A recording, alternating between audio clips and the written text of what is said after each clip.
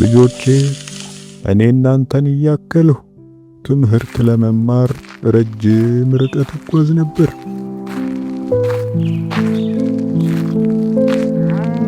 ከትምህርት ቤት መልስም እዛፍ ስር ቁጭ ብዬ ከብቶች እየጠበቁ በቆሸሸ ልብሴና አሮጌ መጽሐፌ ያጠና ነበር።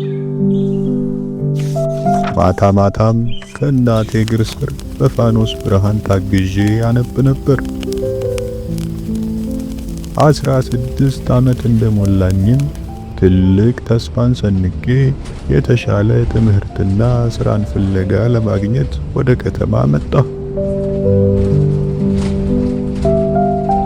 ሕይወቴ በብዙ ትግል፣ መውደቅ፣ መነሳት የተሞላች ነበረች።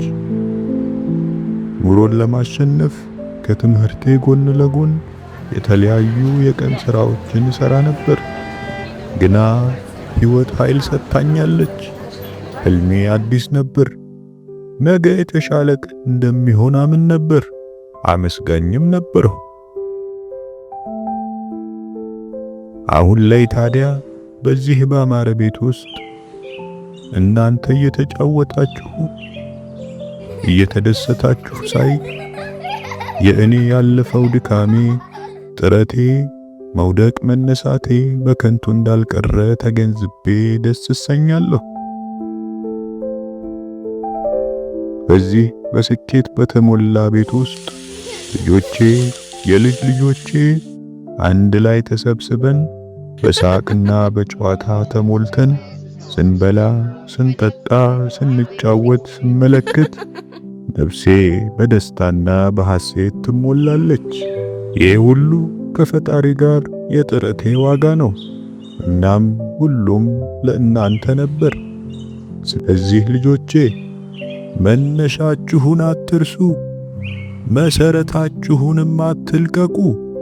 ትልቁ ኃይላችሁ ዕውቀታችሁ፣ አንድነታችሁና ጠንክሮ መስራታችሁ ነው።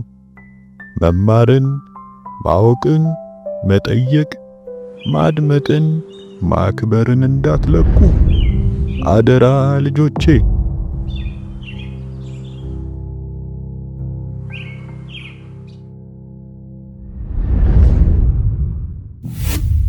መግቢያችን ላይ እንደገለጽነው ይህን ቪዲዮ ሙሉ ለሙሉ ኤአይን በመጠቀም ብቻ ነው የሰራነው። በቀጣይ እንዴት እንደሰራነውና እናንተም እንዴት መስራት እንደምትችሉ እናሳያችሁ ይሆናል። እስከዛው ድረስ ግን ሰብስክራይብ እያደረጋችሁ ጠብቁ። እስከምንገናኝ ቸር ያቆየን።